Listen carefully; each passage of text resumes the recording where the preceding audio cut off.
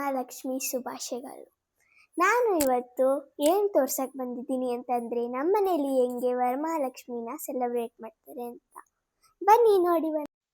Hi hello ನಮಸ್ಕಾರ. ಆಶಾ ಮೇಘಲ್ ಮನೆ YouTube ಚಾನಲ್ಗೆ ನಿಮ್ಮೆಲ್ಲರಿಗೂ ಪ್ರೀತಿಯ ಸ್ವಾಗತ. ಮೊದಲಿಗೆ ವರಮಹಾಲಕ್ಷ್ಮಿ ಹಬ್ಬದ ಶುಭಾಶಯಗಳು ನಿಮ್ಮೆಲ್ಲರಿಗೂ. ಆ ತಾಯಿ ನಿಮ್ಮೆಲ್ಲ ಇಷ್ಟಗಳನ್ನು ಪೂರೈಸಲಿ ಅಂತ ಪ್ರಾರ್ಥಿಸ್ಕೊಳ್ತಾ, ಈ ಹಬ್ಬನ ನಾನು ಹೇಗೆ ಸೆಲೆಬ್ರೇಟ್ ಮಾಡ್ತೀನಿ ಅಂತ ಮೊದಲನೇ ಬಾರಿಗೆ ನಿಮ್ಮ ಜೊತೆ ಹಂಚ್ಕೊಳ್ತಾ ಇದ್ದೀನಿ.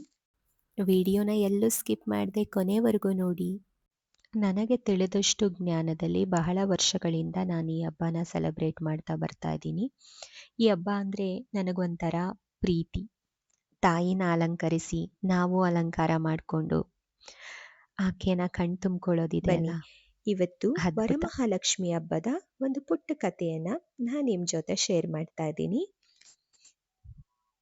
ಈ ಕತೆ ಬಹಳಷ್ಟು ಜನಕ್ಕೆ ಗೊತ್ತಿರತ್ತೆ, ಆದ್ರೂ ಒಂದ್ಸತಿ ಕೇಳಿಸ್ಕೊಳ್ಳಿ. ವರಮಹಾಲಕ್ಷ್ಮಿ ಹಬ್ಬ ಹೇಗೆ ಆಚರಣೆಗೆ ಬಂತು, ಅದನ್ನು ಹೇಗೆ ಶುರು ಮಾಡಿದ್ರು, ಅದರ ಮೂಲ ಏನು ಅನ್ನೋ ಒಂದು ಸಣ್ಣ ವಿಷಯನ ನಾನು ನಿಮ್ಮ ಜೊತೆ ಶೇರ್ ಮಾಡ್ತಾ ಇದ್ದೀನಿ.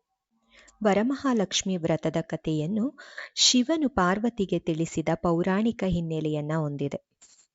ಕುಂಡಿನಪುರದಲ್ಲಿ ಚಾರುಮತಿ ಎಂಬ ಸದ್ಗುಣಿ ಮಹಿಳೆ ಇದ್ದಳು. ಅವಳು ಹಿರಿಯರನ್ನ ಗೌರವಿಸುತ್ತಾ ಪ್ರತಿದಿನ ದೇವರ ಪೂಜೆ ಮಾಡುತ್ತಿದ್ದಳು. ಆಕೆಯ ಭಕ್ತಿಗೆ ಮೆಚ್ಚಿ ಲಕ್ಷ್ಮೀ ದೇವಿಯು ಒಂದು ದಿನ ಕನಸಿನಲ್ಲಿ ಬಂದು ಶ್ರಾವಣ ಮಾಸದ ಶುಕ್ರವಾರದಂದು ತನ್ನನ್ನು ಪೂಜಿಸುವಂತೆ ಸೂಚಿಸಿದಳು.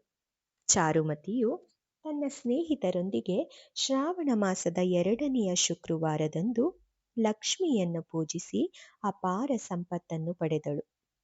ನಂತರ ಅವಳು ಊರಿನ ಇತರ ಮಹಿಳೆಯರಿಗೂ ಅದರ ಮಹತ್ವವನ್ನು ತಿಳಿಸಿದಳು ಎಂಬುದು ಕತೆ.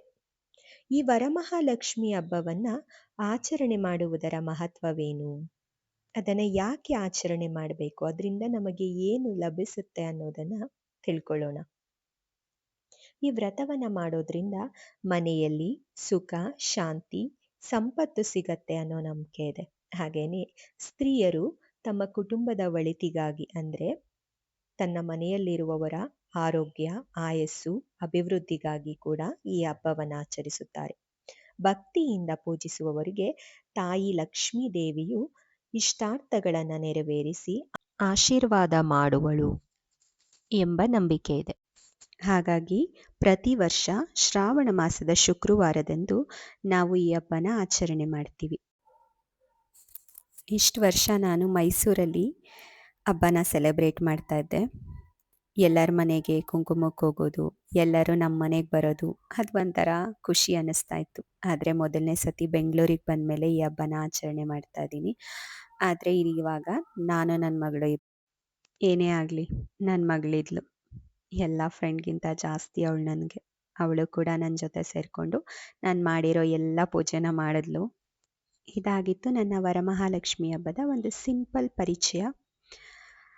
ಮತ್ತೆ ಇನ್ನೊಂದು ವಿಡಿಯೋ ಜೊತೆಗೆ ನಾನು ನಿಮ್ಮನ್ನು ಭೇಟಿ ಆಗ್ತೀನಿ. ಅಲ್ಲಿವರೆಗೂ ಮತ್ತೊಮ್ಮೆ ವರಮಹಾಲಕ್ಷ್ಮಿ ಹಬ್ಬದ ಶುಭಾಶಯಗಳು. ಈ ವರ್ಷ ಎಲ್ಲರಿಗೂ ಸುಖ, ಸಂತೋಷ, ನೆಮ್ಮದಿ ಲಭಿಸಲಿ ಅಂತ ಕೇಳ್ಕೊಳ್ತಾ ಥ್ಯಾಂಕ್ ಯು.